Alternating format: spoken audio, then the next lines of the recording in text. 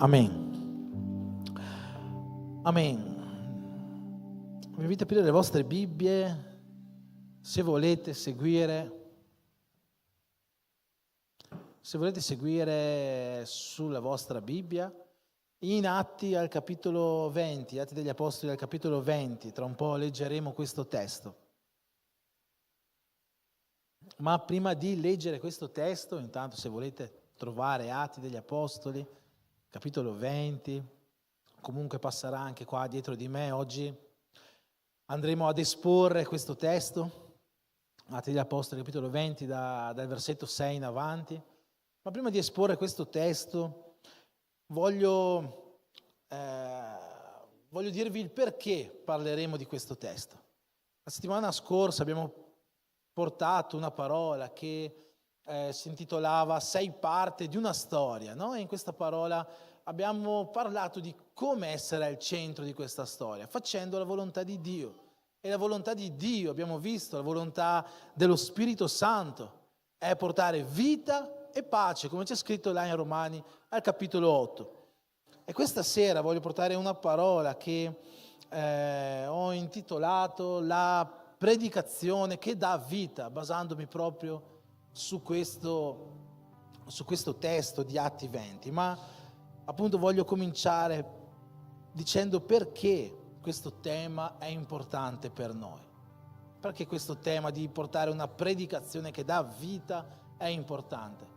Ci sono diversi testi nel Nuovo Testamento, Romani capitolo 1, versetto 17, Ebrei 10, 38, Galati 3, 11, che riprendono un testo dell'Antico Testamento che si trova in Abacuc al capitolo 2, il versetto 4, che dice così: ecco, egli si è inorgoglito, non agisce rettamente, ma il giusto per la sua fede vivrà. O, come c'è scritto qua, ma il giusto vivrà per la sua fede. Questo testo è un testo molto ripreso, come avete visto anche nel Nuovo Testamento. E è un testo, come abbiamo parlato anche 2 o 3 settimane fa, quando ho portato quella parola sulla giustificazione, che ci fa vedere, ci mostra ancora di più che la nostra salvezza deriva dalla fede. Il giusto per fede vivrà, il giusto per fede sarà salvato. Ma da dove arriva la nostra fede? Se è così importante sapere che il giusto vivrà per fede, quindi che la nostra salvezza deriva dalla nostra fede, da dove deriva la nostra fede? Ho già sentito in passato dire che la fede è un dono di Dio, probabilmente basato su quel testo di Efesini, no? In cui c'è scritto che la grazia ci salva per mezzo della fede in Gesù Cristo. E questo è un dono di Dio, no? Dice Paolo. Ma il soggetto di questa frase, no? Che è il dono di Dio, non è la fede. Paolo non sta dicendo la fede è un dono di Dio. Il soggetto della frase è la grazia. La grazia non è un dono di Dio. La grazia è qualcosa che noi dobbiamo coltivare. Gesù stesso ci insegna questo. Noi dobbiamo coltivare la nostra fede. Non è un dono di Dio. La grazia è un dono di Dio. E allora, se la fede non è un dono di Dio, in che modo noi possiamo avere fede? Da dove deriva la nostra fede? Da dove nasce la nostra fede? Beh, la Bibbia risponde anche a questa difficilissima domanda. In Romani, al capitolo 10, il versetto 17, Paolo scrive così: così la fede viene da ciò che si ascolta, e ciò che si ascolta viene dalla parola di Cristo. Da qua deriva la nostra fede. La fede viene da ciò che si ascolta, e ciò che si ascolta viene dalla parola di Cristo. La nostra fede, noi possiamo avere fede, la fede può nascere in noi per mezzo della predicazione della parola. Se vi ricordate la settimana del mio compleanno, per chi c'era, ho portato una parola che parlava di un altro argomento, era quello sulla giustificazione appunto, ma avevo iniziato dicendo che inizialmente volevo portare una parola che si intitolava In ogni tempo e che era basata su quel versetto di Paolo a Timoteo, no? In seconda Timoteo, quando Paolo nell'ultimo capitolo gli dice: Timoteo, ti esorto, predica la parola in ogni tempo, in ogni condizione favorevole, in ogni situazione sfavorevole, predica sempre la parola. Perché questa esortazione di Paolo a Timoteo? Perché questa importanza sul predicare la parola? Perché dalla predicazione della parola deriva la nostra fede. Se noi vogliamo vedere persone salvate, noi dobbiamo predicare la parola. Questo è qualcosa che noi dobbiamo fare, e non dobbiamo farlo perché è bello, non dobbiamo farlo perché ci piace, no, dobbiamo farlo perché Dio ha dato questo principio, e dai principi di Dio non si può sfuggire. Dio ha detto: volete che le persone siano salvate, volete che le persone abbiano fede. La fede deriva dalla parola. Predicate la parola.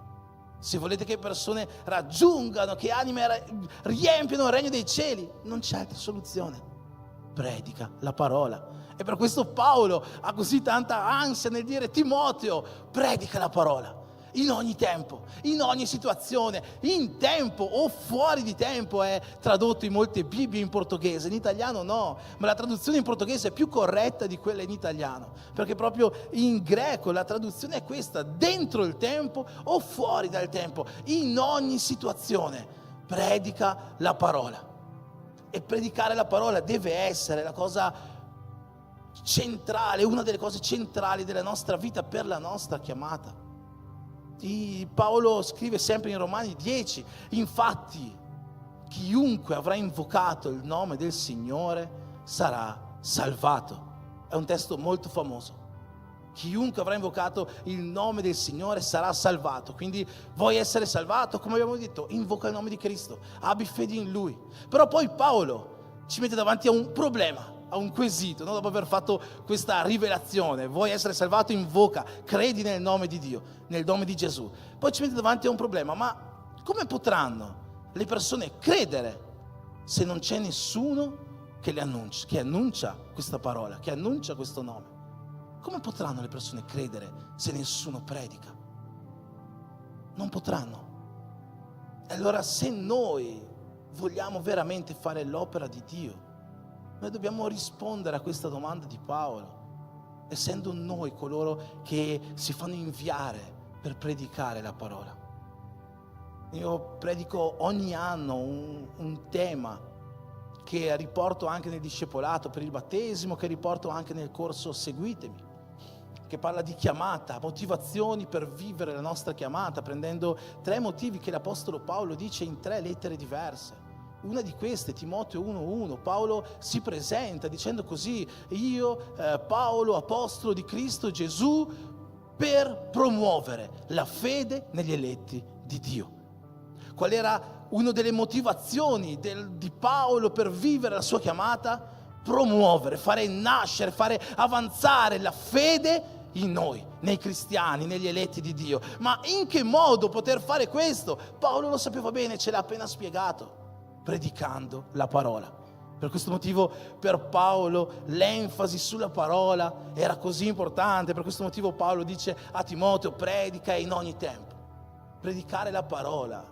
E fratelli, io lo so che molti pensano così: predicare la parola non è per tutti.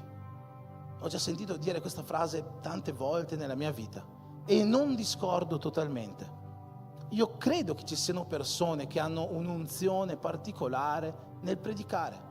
Io ho una invidia santa, aggiungo il santa per non peccare, di mia moglie, perché io vedo come lei ha unzione nel predicare, e vedo questo da almeno 2 cose.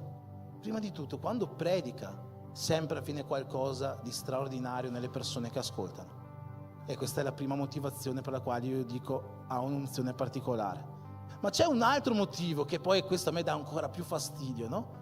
Che quando io devo preparare una predica, prima di tutto io sono in ansia tutta la settimana e io ci metto un sacco di tempo per preparare una predica. Poi mi riduco all'ultimo giorno, ma gli ultimi 2 giorni della settimana io sto ore e ore e ore chiuso, non posso fare nient'altro, non posso pensare a nient'altro per preparare la predica.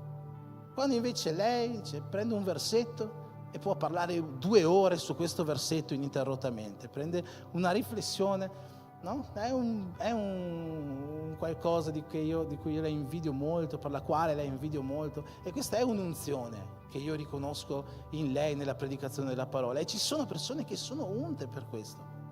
Io ho tre predicatori preferiti, diciamo così, che mi piacciono molto, brasiliani, che sicuramente molti di voi conosceranno, no? Uno di questi è Hernanes Dias Lopes, un predicatore meraviglioso, prediche espositive, no? Sermoni espositivi, espone la parola in un modo fantastico. Lui ogni versetto che legge sa tutto di quel versetto, geograficamente, storicamente, archeologicamente, spiritualmente, sa tutto, è incredibile, mi piace tantissimo. E vedi proprio che i suoi sermoni studia tantissimo. Lui stesso dice che ci mette più o meno 8 ore per preparare un semplice sermone. Un altro mio predicatore preferito è Luciano Subirà, molti conosceranno anche questo, e per me è proprio il top, no? Lui ha delle rivelazioni, ricerca rivelazioni all'interno della parola. Mi piace tanto ascoltarlo perché lui parte da un punto e collega tutte le cose perfettamente per arrivare ad un altro. Vedi veramente che c'è una preparazione dietro ai suoi sermoni che è incredibile. Un altro predicatore che mi piace però è Telmo Martinello della Chiesa Bapai, che noi abbiamo avuto l'onore di ospitare qua l'anno scorso, no? E Telmo Martinello, non so chi lo conosce, se avete già ascoltato delle sue predicazioni, è incredibile perché non capisci se ha oppure no fatto un sermone. Che la sua predicazione non ha un filo conduttore come quella di Subirà, non è espositiva come quella di Hernanes Dias Lopes. Tu non capisci come faccia a predicare. Quando è venuto l'anno scorso, tornando a casa in macchina, no? Parlando con lui, gli ho detto: guarda, io veramente vorrei vedere se sul tuo tablet, che aveva il tablet lì, c'è un sermone di qualche tua predica, perché io non credo che tu prepari i sermoni. Lui si è messo a ridere, no? E ancora non so se prepara oppure no i suoi sermoni. Ma nonostante lui non abbia questa linearità nella predicazione, non abbia questa esposizione, è innegabile che ci sia grande unzione nella sua predicazione. Quindi questo per dire, io riconosco che ci sono persone che hanno un'unzione speciale per predicare, sono usati da Dio in un modo tremendo. C'era un pastore che veniva spesso qua un tempo che quando lui diceva Gesù ti ama, che la cosa più semplice che tu possa sentire è come se tu la sentissi per la prima volta nella tua vita, detta da lui, era qualcosa che ti riempiva il cuore, è unzione per predicare. Ma nonostante ci siano persone come loro che hanno questa unzione tremenda per predicare, questo non significa che chi non ha questa unzione tremenda deve restare in silenzio. La Bibbia ci invita, Gesù ci invita a fare la sua opera, e la sua opera è predicare il Vangelo, perché è per mezzo della predicazione del Vangelo, della sua parola, che noi potremo portare vita, che noi potremo far nascere la fede negli eletti. E voglio leggere con voi questo testo che ci parla di tante cose, esaminare con voi questo testo, ma che tra le altre cose soprattutto ci parla di una predicazione che porta vita. Quindi Atti degli Apostoli, capitolo 20, dal versetto 6 in avanti. Lo leggerò prima una volta e dopo andremo a esaminarlo meglio. Trascorsi i giorni degli azimi, partimmo da Filippi e dopo 5 giorni li raggiungemmo a Troas, dove ci trattenemmo 7 giorni. Il primo giorno della settimana, mentre eravamo riuniti per spezzare il pane, Paolo, dovendo partire il giorno seguente, parlava ai discepoli e prolungò il discorso fino a mezzanotte. Nella sala di sopra, dove eravamo riuniti, c'erano molte lampade. Un giovane di nome Eutico, che stava seduto sul davanzale della finestra, fu colto da sonno profondo, poiché Paolo tirava in lungo il suo dire. Egli, sopraffatto dal sonno, precipitò giù dal 3° piano e venne raccolto morto. Ma Paolo scese, si gettò su di lui e abbracciatolo disse: non vi turbate, perché la sua anima è in lui. Poi risalì, spezzò il pane e prese cibo, e dopo aver ragionato lungamente fino all'alba partì. fino a qua. Questo episodio, per lo più conosciuto, di Atti degli Apostoli. Siamo nel terzo viaggio missionario dell'Apostolo Paolo. Paolo in realtà sta tornando dal suo terzo viaggio missionario, sta tornando a Gerusalemme. Sono sicuro che Paolo sappia che cosa in fondo lo aspetta a Gerusalemme, perché Paolo sta venendo già perseguitato, sa che i giudei sono completamente contro di lui, hanno già cercato tante volte di farlo fuori e sta andando proprio nella tana del lupo, no? Come si dice. E io credo che Paolo si immagini quello che sta per succedere alla sua vita. Infatti noi sappiamo che quando arriverà a Gerusalemme, poi lì sarà condannato, portato a Roma, vivrà in prigionia diversi anni fino a trovare la morte. E è interessante che nel primo versetto qua noi scopriamo che in questo ritorno verso Gerusalemme Paolo passa da Troas, e passa da Troas per predicare la parola. E quello che è interessante secondo me in questo testo, in questo versetto, è che Paolo non è la prima volta che andava a Troas. Paolo era già stato in questa città, noi lo sappiamo, pochi capitoli prima di questo noi vediamo che Paolo passa da Troas, che ha la visione di un macedone. Paolo già conosceva questa città e Paolo sicuramente, proprio per la sua enfasi sulla predicazione, aveva già predicato in questa città. E allora io mi chiedo perché Paolo non è andato in un'altra città per tornare a Gerusalemme? Perché Paolo è ritornato lì dove già aveva portato il Vangelo, dove già aveva predicato. Perché? Perché, fratelli, una predicazione che porta vita è una predicazione che ha bisogno di insistenza molte volte. Molte volte, sapete, noi ci fermiamo nel nostro predicare al primo tentativo e non è così che si fa. Molte volte noi andiamo da una persona, cerchiamo di evangelizzare questa persona, gli parliamo di Gesù e lo dico già per non confonderci successivamente, quando parlo del predicare non intendo il pulpito. Può essere il pulpito, ma può non essere il pulpito. Può essere in un negozio, può essere per la strada, può essere nella scuola, può essere nelle nostre case. Predicare è qualcosa che noi possiamo, anzi dobbiamo fare sempre, dovunque, se noi vogliamo veramente compiere questa volontà di Dio di portare vita, perché come abbiamo visto è la predicazione che porta vita eterna, perché la predicazione porta fede e la fede ci salva. Quindi non sto parlando di salire su un pulpito e parlare per migliaia e migliaia di persone, sto parlando della nostra quotidianità. E nella nostra quotidianità io credo che molti di voi abbiano già cercato quantomeno di parlare di Gesù a qualcuno, di lanciare quel piccolo seme, e sono convinto che molte volte questo seme ci è tornato indietro. Sono convinto che molte volte le persone non hanno voluto sapere di quello che stiamo dicendo, perché le persone non hanno voglia veramente di sapere di Gesù, soprattutto a Verona. Verona penso che sia la città peggiore del mondo in cui predicare il Vangelo, no?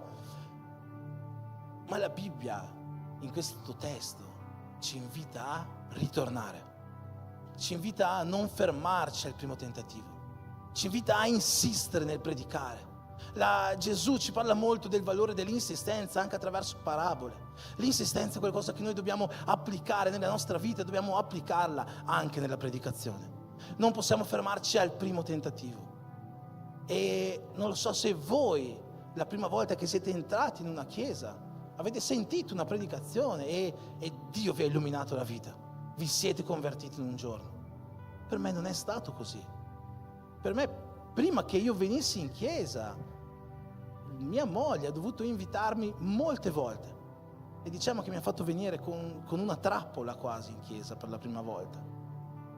Ma dopo quella volta lì mi ha invitato ancora per mesi e io ho sempre rilanciato a lei il seme, ho sempre rifiutato finché non sono tornato. E dopo la seconda volta nuovamente lei mi invitava e io non volevo saperne. Ma lei ha insistito finché io non ho cominciato a venire. E quando sono venuto, la parola non mi ha toccato, le profezie non mi hanno toccato.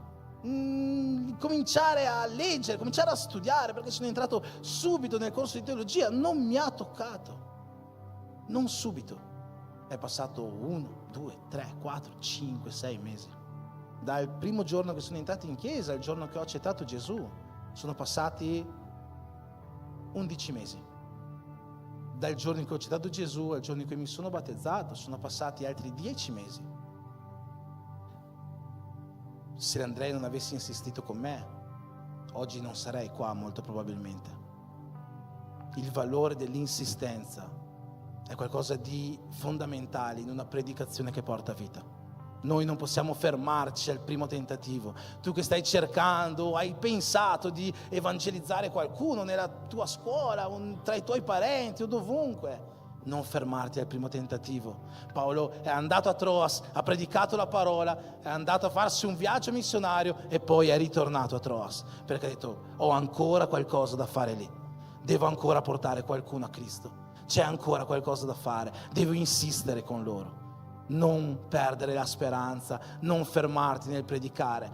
Può sembrare sconveniente, a Verona nessuno vuole ascoltare la parola, ma Paolo dice: predica anche fuori di tempo, predica quando il tempo sembra sconveniente, sempre predica la parola. Il primo giorno della settimana, mentre eravamo riuniti in chiese, basandosi su questo versetto e altri, identificano il lunedì, la domenica, come giorno di culto, perché quello che stavano facendo qua era un culto a Dio. E noi vediamo nel giorno di culto, io non credo in questa cosa che la domenica sia il giorno per cultuare a Dio. Paolo ci dice: non attaccatevi a giorni, a festività, fate tutto, fatelo per la gloria di Dio. Quello che fate, fatelo per quello. Ma non è importante che sia domenica, sabato, non è importante se fate i culti in casa il mercoledì, basta che lo facciate per la gloria di Dio. Quindi non sono attaccato alla domenica, tant'è che il nostro culto è di sabato. Ma quello che è importante è capire che loro stavano facendo un culto, e in questo culto c'erano presenti almeno due cose. La prima cosa, la comunione. Essere in comunione, spezzare il pane, essere uno in Cristo, è cultuare Dio. E per cultuare Dio non intendo venire in chiesa il sabato sera, intendo adorare Dio. Cultuare significa adorare. Essere in comunione, essere chiesa, essere uniti è adorare Dio. Essere uni in Cristo è adorare a Dio. Ma c'è un altro elemento presente in questo culto che stanno facendo, che è la predicazione di Paolo. E io sono il primo a dire che, secondo me, il momento più importante del culto, o non c'è un momento più importante, ma se si potesse dire un momento più importante, qual è? Per me è l'adorazione. Perché l'adorazione? Perché nell'adorazione noi stiamo veramente adorando Dio, e il culto significa adorare, e quindi nel momento dell'adorazione la Chiesa è unita ad adorare Dio. La predicazione non è per Dio, la predicazione è per la Chiesa. Dio questa sera non si convertirà attraverso la mia parola, Dio non sarà esortato, incentivato dalla mia parola. La predicazione è per la Chiesa. Ma nonostante la predicazione è per la Chiesa, sia per la Chiesa, questo testo ci mostra che predicare è cultuare Dio. Predicare fa parte dell'adorazione a Dio. E quindi tutte le volte che noi apriamo la nostra bocca per predicare, e noi, ripeto, non è su un pulpito, è dovunque, quando apriamo la nostra bocca per predicare, noi staremo sì parlando ad uomini, edificando la vita di uomini, ma quando predichiamo noi stiamo adorando a Dio. Ma c'è un'altra parte di questo versetto che è molto importante, perché qua c'è scritto che Paolo doveva partire il giorno dopo e chiamò Timoteo e gli disse: Timoteo, vai a comprare la picagna. Luca, c'è scritto, vai a comprare la salsiccia, che facciamo un grande churrasco di despedida. È l'ultimo giorno che siamo qua.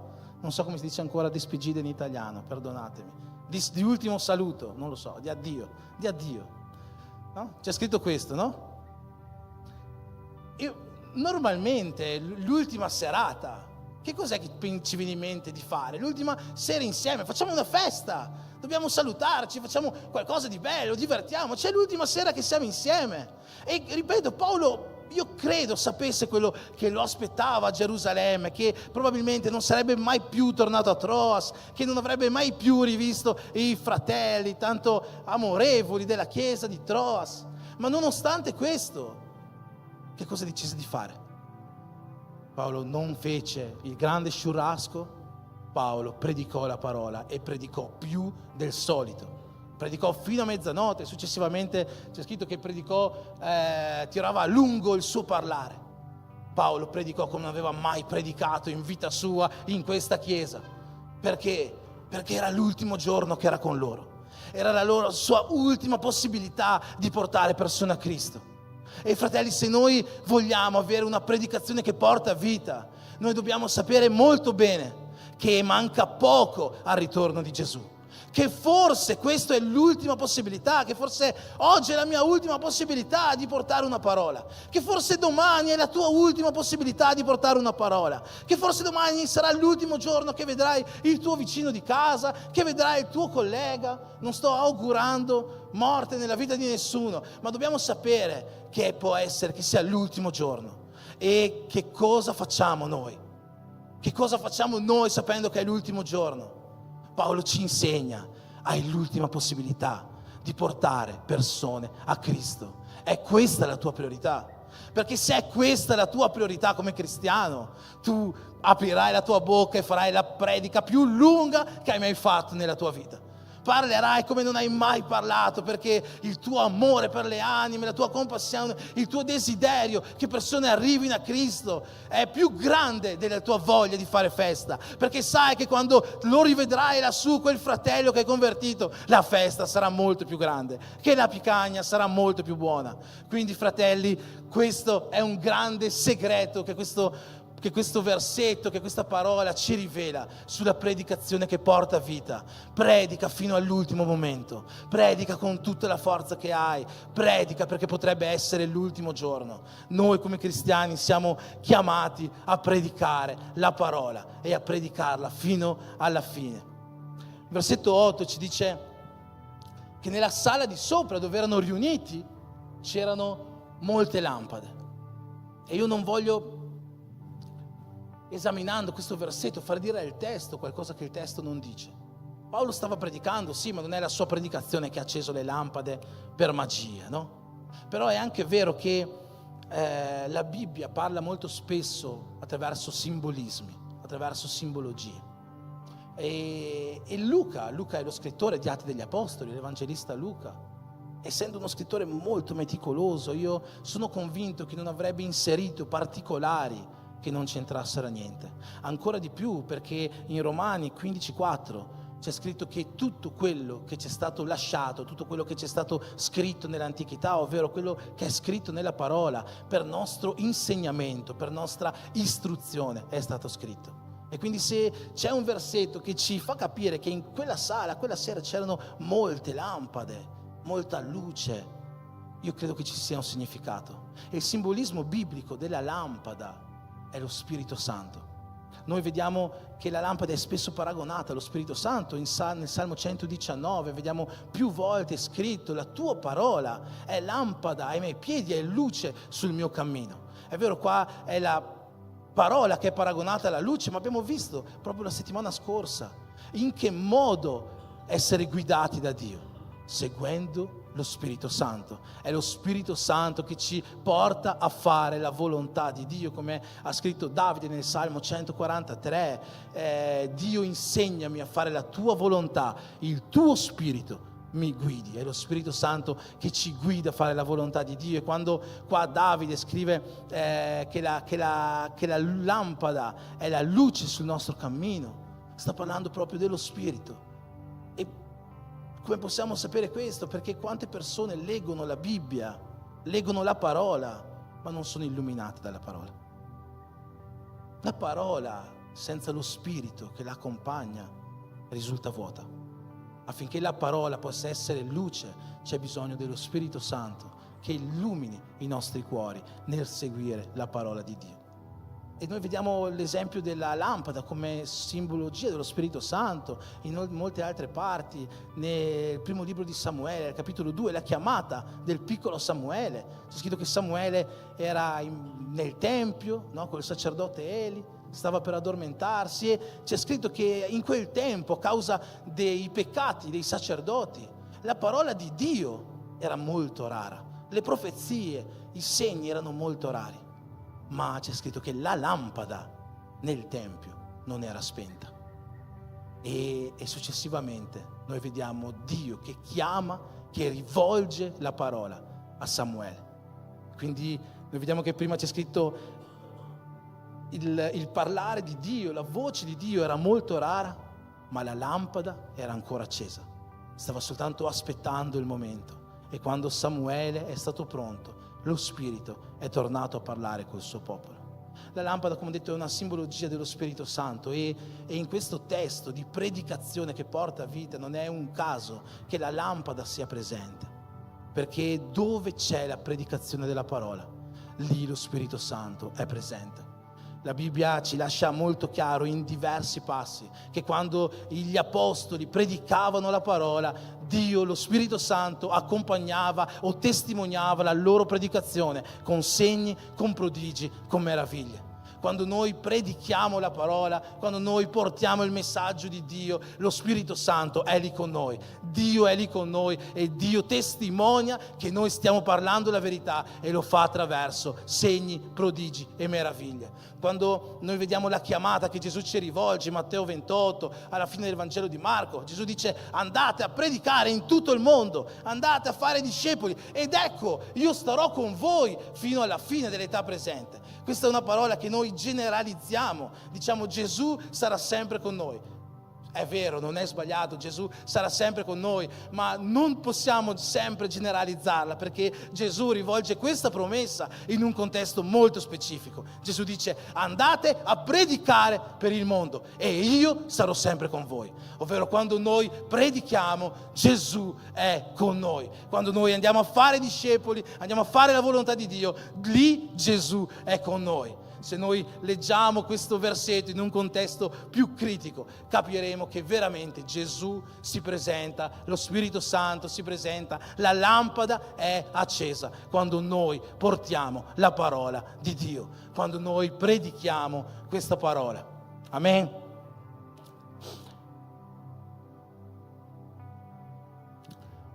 Versetto 9. Un giovane di nome Eutico, che stava seduto sul davanzale della finestra, fu colto da un sonno profondo, poiché Paolo tirava in lungo il suo dire. Egli, sopraffatto dal sonno, precipitò giù dal terzo piano e venne raccolto morto. Voglio fare in questo versetto una parentesi. Ma in realtà, in che modo noi possiamo ricevere la parola? O in che modo coloro a cui predichiamo possono ricevere la parola? Gesù ci racconta una parabola, la parabola del seminatore ai diversi terreni. E all'interno di questa parabola ci dice che chi predica, no, la parola, chi semina, può seminare in diversi posti. Uno di questi posti è in mezzo alle spine. E Gesù ci spiega che cosa sono queste spine. Sono le preoccupazioni, sono le ansietà, sono le distrazioni, è il denaro, insomma tutto ciò che potrebbe distrarci dalla nostra vita cristiana. E chi semina in questa terra difficilmente riuscirà a raccogliere qualcosa. Eutico, quel giorno, come abbiamo letto, questo giovane era seduto sul davanzale della finestra. A quel tempo, no, non c'era la televisione. Se una persona voleva distrarsi un po', non andava ad accendere Netflix. L'unica cosa che poteva fare per distrarsi era quella di andare alla finestra e guardare che film passava sulla via davanti a casa sua. E questo è quello che Eutico probabilmente, o almeno spiritualmente, possiamo intendere che stava facendo. Chi è sulla finestra è quella persona, sul davanzale della finestra, è quella persona che è un po' dentro e un po' fuori, che ha un occhio rivolto alla Chiesa, alle cose di Dio, a questo luogo dove la parola è predicata, e un po' fuori. Questa è la situazione, questo è il luogo in cui Eutico si trovava. E ho già sentito molte volte, no, dire che, come c'è scritto qua, Eutico è caduto perché aveva sonno perché Paolo stava parlando troppo. Qualcuno potrebbe dirlo anche oggi di Enrico, no? Enrico sta parlando troppo, mi sto per addormentare. E sapete qual è la differenza? Che se oggi tu ti addormenti, non cadrai dalla finestra. Perché? Perché tu non sei sulla finestra, tu sei su una sedia, dentro la stanza. Eutico si è addormentato, ma non è morto perché Paolo parlava troppo, è morto perché lui era sulla finestra. Essere a metà tra il dentro e il fuori, avere un occhio sul mondo e un occhio fuori, è qualcosa che ti porta a morte. Perché biblicamente chi cade dalla finestra non cade mai dentro. Chi cade dalla finestra cade sempre nella parte di fuori. Eutico è caduto dalla finestra, è caduto dalla parte di fuori. Il re Ezechia in Seconda Re, capitolo 1, cade dalla finestra fisicamente e cade dalla parte di fuori. Davide cade dalla finestra spiritualmente e cade dalla parte di fuori. Davide quel giorno nel suo palazzo va alla finestra, vede quella bella donna nuda che faceva la doccia e che cosa fa? Davide era sulla finestra e Davide cade. E cade fuori, pecca di adulterio, per nascondere l'adulterio, commette omicidio e cade fuori. Chi cade dalla finestra non cade dentro, chi cade dalla finestra cade fuori. E la finestra è quel luogo che causa anche un sonno spirituale nelle nostre vite, così come l'ha causata ad Eutico, perché io non ho mai visto un credente fervoroso, un credente appassionato, che ascolta una parola e che in qualche modo quella parola lui riesce a capire che serve per la sua vita, che serve per impulsionarlo per qualcosa, per fare di più, per dare di più, per cambiare dentro di sé. Un credente fervoroso, un credente appassionato, un credente pieno. Si ascolta e si fa prendere da ogni predicazione. Ma chi non è così, molto spesso è il credente che poi durante la predicazione si addormenta. E chi è che non è così? Colui che ha un occhio dentro e un occhio fuori. Gesù ci invita a essere sempre svegli. Una volta Gesù chiama i suoi apostoli, no? E è un momento di agonia per lui, deve andare a pregare, chiama alcuni di loro e dice: seguitemi, venite con me. Li porta in un luogo, poi dice: ragazzi, state qua un attimo, io vado un po' più avanti, ok, per pregare. Gesù va, prega, dopo alcuni minuti torna indietro e che cosa stanno facendo i suoi apostoli? Stanno dormendo. E Gesù si arrabbia, gli dice: ragazzi, ma non siete riusciti ad aspettare neanche questo tempo qua? Svegli, dai, su, forza, svegliatevi e vegliate e pregate affinché non cadiate in tentazione. Dopo di questo Gesù ritorna a pregare e dopo un po' ritorna da loro. E che cosa succede? Li ha trovati ancora che dormivano. E sapete cos'è la cosa peggiore di questa storia? Non è il fatto che li ha trovati ancora che dormivano, è il fatto che Gesù ritorna, vede che dormono e la seconda volta Gesù non li sveglia. La seconda volta Gesù li lascia dormire. E io mi chiedo, è vero, Dio è il Dio delle seconde opportunità, senza dubbio, anche della terza, della quarta e della quinta. E con noi, chissà quante opportunità ha dato ad ognuno di noi. Ma per quanto tempo Lui ci darà opportunità? Questo episodio di questa preghiera dei Suoi apostoli che hanno dormito ci lascia molto chiaro che Gesù non sempre ci darà un'altra opportunità. Arriverà il giorno in cui Gesù ci vedrà dormire e ci lascerà dormire. E non so né io né voi quando quel giorno sarà, ma è importante che quel giorno Gesù ci trovi svegli. Per questo la Bibbia ci esorta con versetti come risvegliati o tu che dormi e Cristo ti inonderà con la tua luce. Oppure in Romani quando dice è tempo che ci svegliamo, perché la salvezza è più vicina oggi di quando credemmo. Perché è più vicina oggi di quando credemmo? È qualcosa di cronologico, no? Quando abbiamo creduto e ci siamo convertiti, la salvezza era più lontana cronologicamente. Perché oggi il ritorno di Gesù è più vicino di quando ci siamo convertiti. Ma domani lo sarà ancora di più e dopodomani ancora di più. E se noi staremo dormendo il giorno che Gesù tornerà, secondo voi ci sveglierà?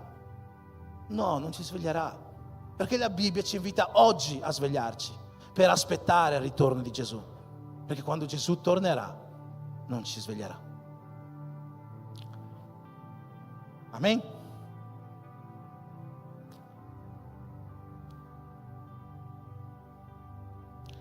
Versetto 10. Ma Paolo scese, si gettò su di lui e abbracciatolo disse: non vi turbate, perché la sua anima è in lui. Amen.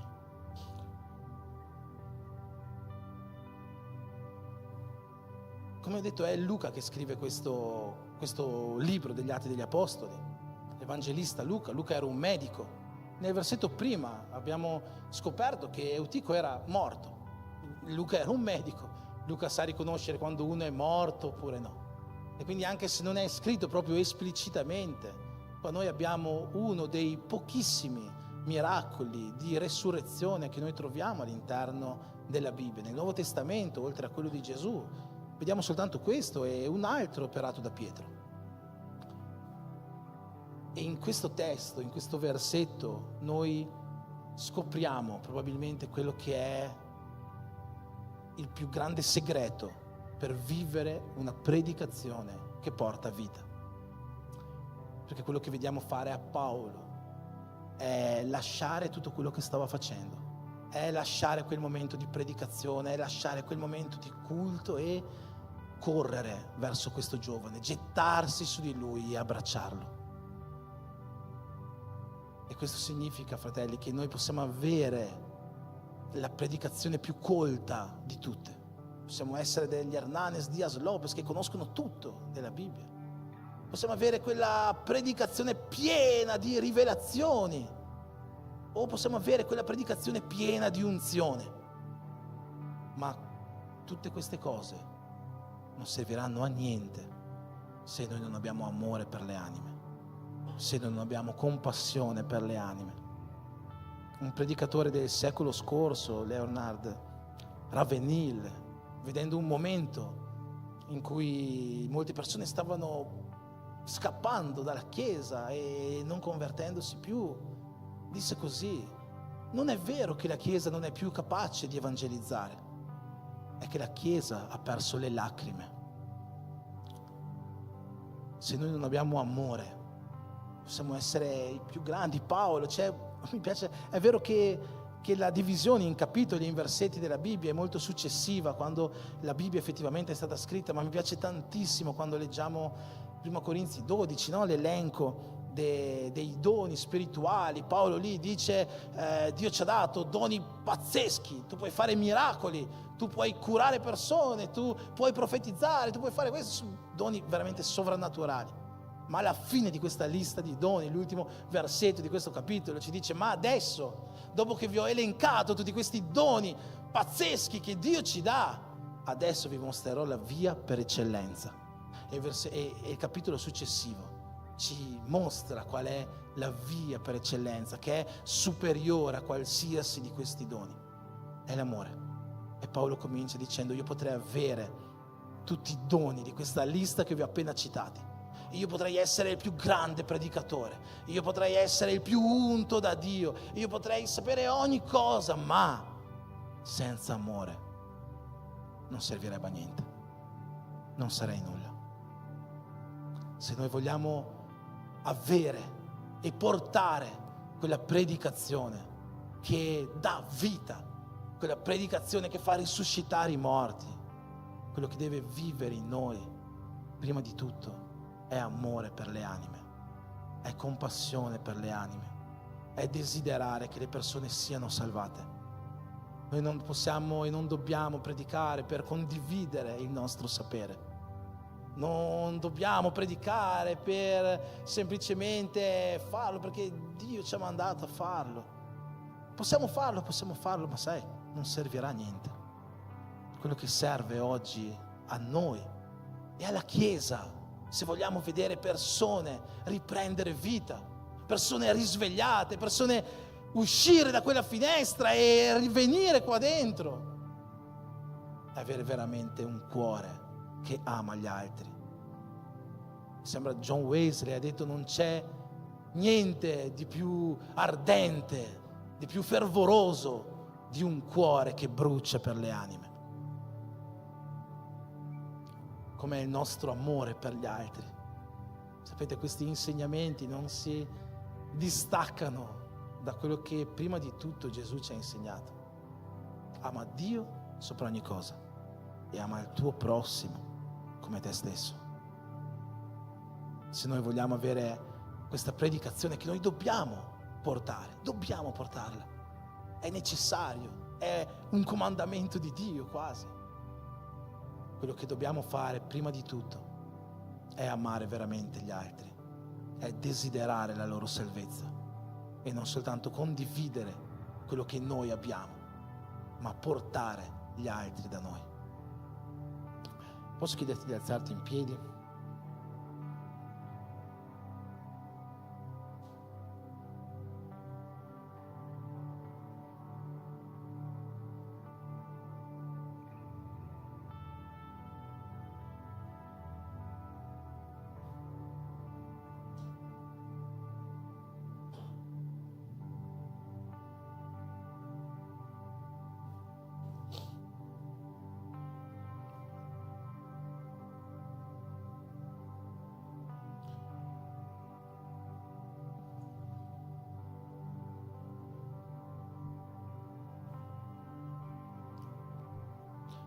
Forse tu oggi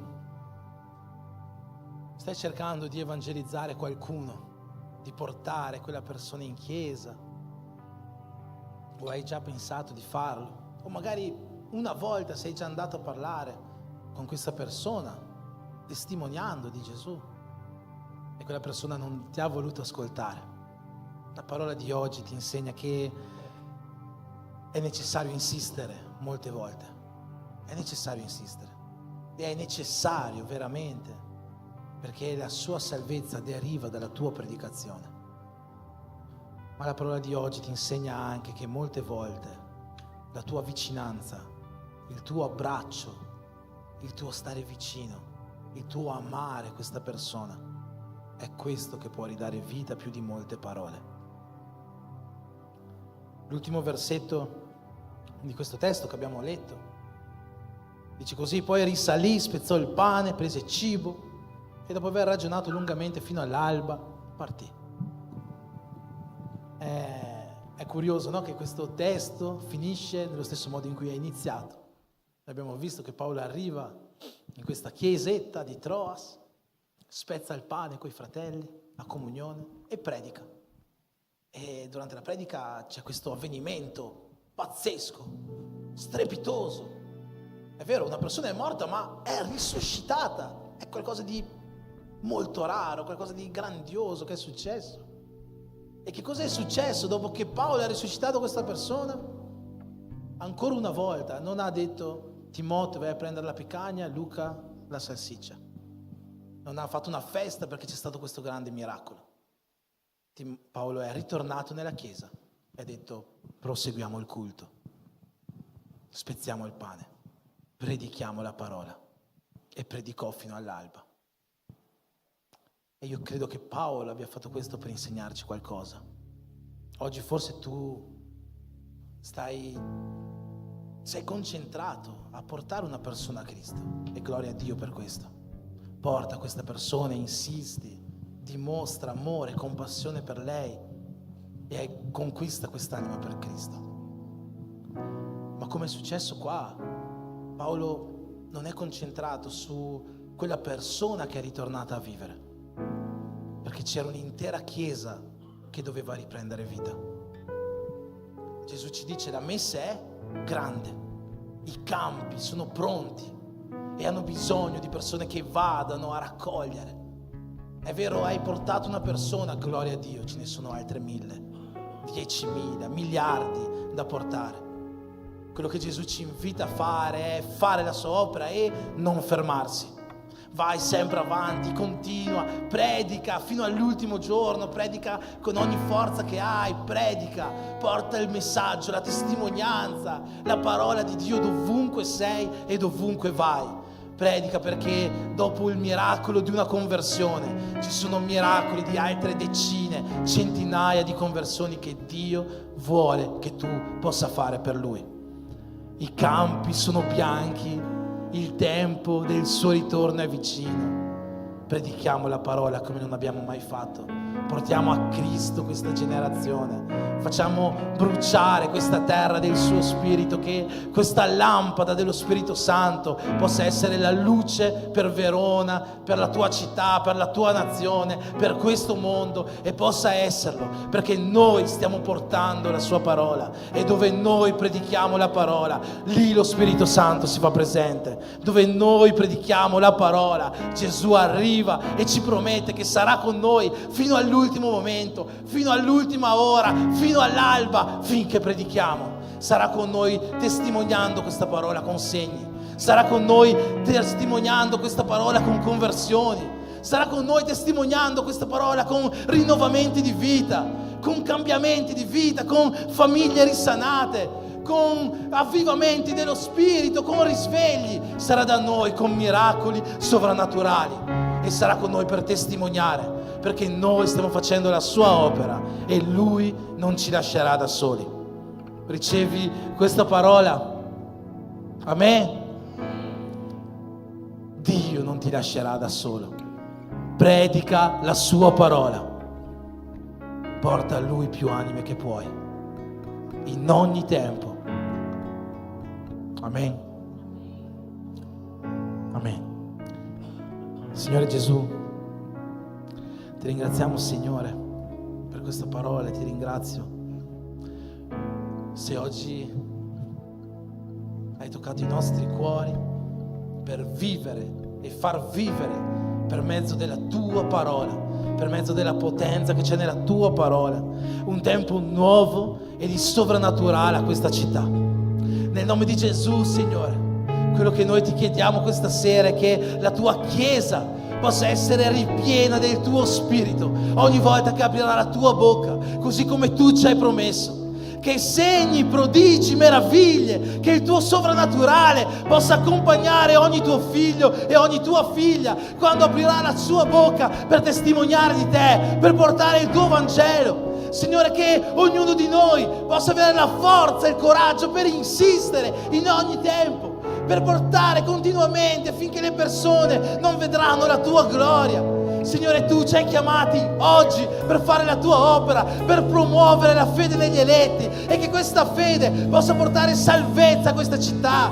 Nel nome di Gesù, Signore, la tua Chiesa vuole rispondere alla tua chiamata. Metti a noi, Signore, un cuore disposto, un cuore disponibile a fare la tua opera, anche non riconoscendo questa grande unzione, che nessuno si fermi, o riconoscendo questa grande unzione, che ognuno di noi possa portare la tua chiamata e il dono che ci hai dato davanti a te, ai piedi della croce. Nel nome di Gesù, Signore, che la tua Chiesa possa essere ravvivata nella predicazione della parola, perché è per mezzo di questa predicazione che il tuo regno potrà crescere su questa terra e riempirsi lassù nei cieli. Benedici la tua Chiesa, dacci forza, coraggio e la certezza che quando apriremo la nostra bocca per te, tu sarai lì con noi. Per questo ti preghiamo nel nome di Gesù. Amen.